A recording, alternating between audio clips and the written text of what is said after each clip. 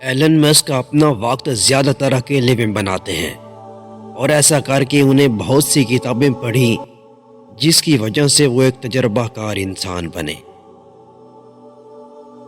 اکیلے رہنے والے لوگ کسی کے احسانوں تلے نہیں دبتے، خود سے کرتے ہیں، کسی سے نہیں مانگتے، اور یہ ایک اچھی بات ہے کہ آپ میں خود انحصاری ہے۔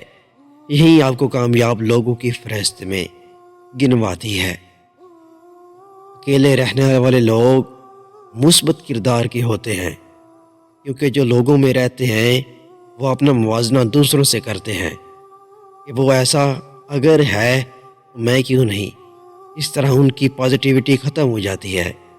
اکیلے رہنے والے لوگ ان سب چیزوں سے دور رہتے ہیں، اپنی خود کی اہمیت بڑھاتے ہیں اور مثبت کردار میں ڈل جاتے ہیں۔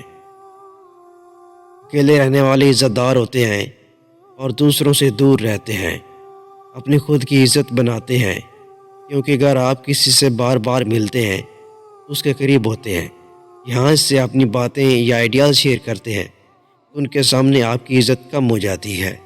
اس وجہ سے اکیلے رہنے والے لوگ دوسروں سے زیادہ عزت دار ہوتے ہیں۔ اکیلے رہنے والے لوگ ذہنی اور جذباتی طور پر مضبوط ہوتے ہیں۔ وہ ایسی بہت سی مشکلات سے گزرے ہوئے ہوتے ہیں جن کا انہوں نے اکیلے کا سامنا کیا ہوتا ہے۔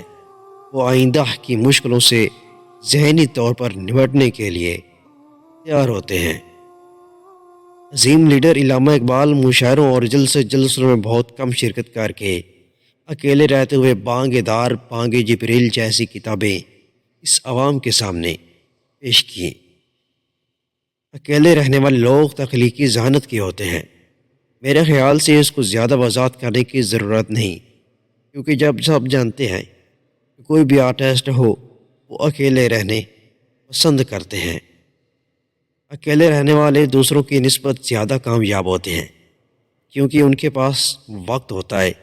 وہ خود کو ٹائم دے کر سوچ سمجھ کر ایک ایسا قدم اٹھاتے ہیں جو انہیں کامیابی کی طرف لے جاتا ہے۔